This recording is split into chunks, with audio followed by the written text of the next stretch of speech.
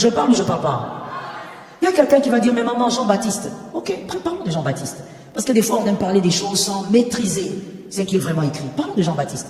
Jean-Baptiste, s'habillait en vêtements de peau, mangeait des sauterelles. Il vivait avec sa famille. Pourquoi tu ne me réponds pas? On prend Jean-Baptiste comme exemple, non? Toi, tu prends Jean-Baptiste comme exemple de saleté, alors que lui n'a jamais été sale. Jean-Baptiste vivait avec ses frères. Il vivait avec sa maman. Il vivait dans les déserts. Va vivre dans les déserts.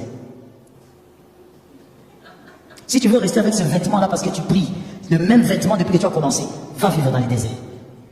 Cherche un désert au Congo, va chercher. Va trouver. Va dans votre village, peut-être que votre village a des déserts. Entre là-bas. D'où viennent ces choses? Ça vient d'où?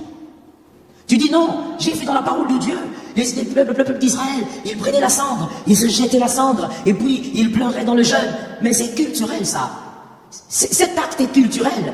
Le fait de se jeter la cendre, le fait de déchirer les vêtements comme David, quand il avait perdu son fils, il n'a pas été le seul. C'est culturel, c'est lié à la culture juive. Tu es juif? Qu'est-ce qu'il y a alors? Qu'est-ce qu'il y a? Voilà pourquoi il ne faut pas s'embrouiller dans la Bible. Dis à ton frère, il ne faut pas qu'on s'embrouille dans la Bible. C'est culturel. Est-ce que quelqu'un m'entend? Je donne un autre exemple culturel, peut-être que quelqu'un n'a pas compris. Il y a des choses dans la parole de Dieu qui sont liées à la culture juive. Ce n'est pas à nous de le faire. C'est écrit parce que c'est justement l'histoire d'un peuple. On ne parle pas d'un peuple sans sa culture. Je donne un exemple culturel. Au Nigeria, par exemple, quand une personne veut saluer un adulte, peu importe qui c'est, quand c'est quelqu'un de plus âgé, quand c'est un homme, le garçon se jette à terre et il s'élève. Ils le font tellement rapidement. Il dort à terre, la poitrine touche et il s'élève. Ils le font depuis qu'ils ont 3-4 ans. Ça, c'est sur les hommes qui saluent comme ça. Et à telle enseigne que quand ils le font, c'est tellement vite. Parce que c'est leur salutation, leur bonjour. C'est comme ça qu'ils font. Et beaucoup plus chez les Yoruba. C'est comme ça qu'ils saluent. C'est culturel.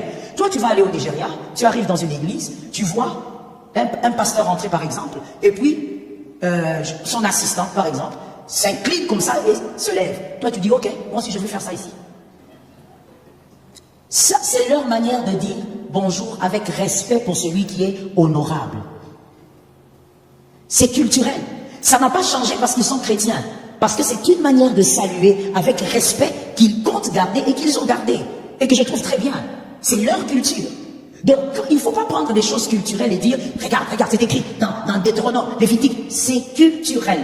Tu ne vas pas aller prendre la cendre, mettre sur toi, t'habiller en sac et t'enfermer.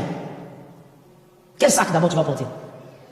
Des sacs de riz, des sémoules.